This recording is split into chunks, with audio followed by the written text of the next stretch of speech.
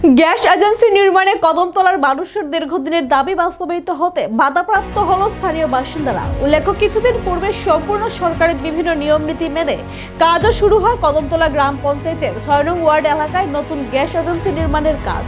জনকয়েকে কুচক্রী লোকের স্বার্থান্বেষী মনোভাবের কারণে সেখানে যেন গ্যাস এজেন্সি স্থাপিত না হয় এর ষড়যন্ত্র চলছে। অভিযোগ তারা ধর্মনগর মহকুমা প্রশাসনের কাছে লিখিত অভিযোগ দায়ের করেছেন যাতে সেখানে গ্যাস এজেন্সি স্থাপনের কাজ বন্ধ করা হয়।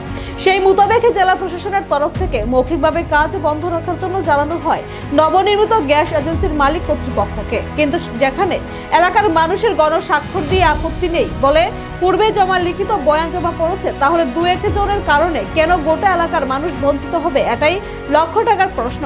কারণ দীর্ঘদিন থেকে কদমতলায় একটি গ্যাস এজেন্সি নির্মাণের দাবি ছিল জনগণের।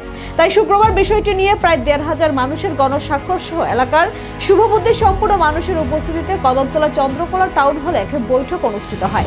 উক্ত বৈঠকে সিদ্ধান্ত নেওয়া হয় যে বিষয়টি নিয়ে গণস্বাক্ষরিত প্রতিলিপিটি সহ এক প্রতিনিধি দল প্রথমে কদমতলা সমষ্টি উন্নয়ন আধিকারিকের নিকট ডেপুটেশনে মিলিত হবে। দীর্ঘদিনের দাবি ছিল কদমতলায় গ্যাস এজেন্সি স্থাপনের। এই দাবির পরিপ্রেক্ষিতে আইওসি গ্যাস এজেন্সি করার জন্য অনুমোদন দিয়েছে এবং সেই অনুমোদনপ্রাপ্ত এজেন্সির যারা মালিক তারা সেখানে কাজও শুরু করেছে। এখন কে বা কারা এই এখানে স্থাপন করার ক্ষেত্রে বাধা সৃষ্টি করেছে, এসডিএম নাকি এটা মৌখিকভাবে বলেছেন যে এখানে কাজটা স্থগিত রাখার জন্য।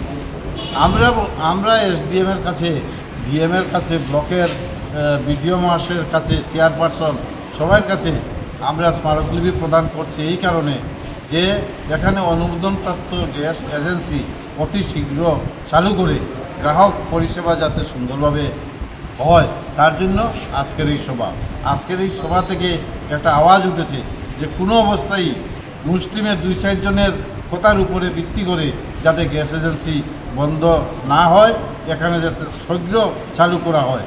তাই এখন এখান থেকে উঠে বিডিও মহাশয়ের কাছে একটা স্মারকলিপি প্রদান করা হবে গণস্বাক্ষরযুক্ত এবং সেখান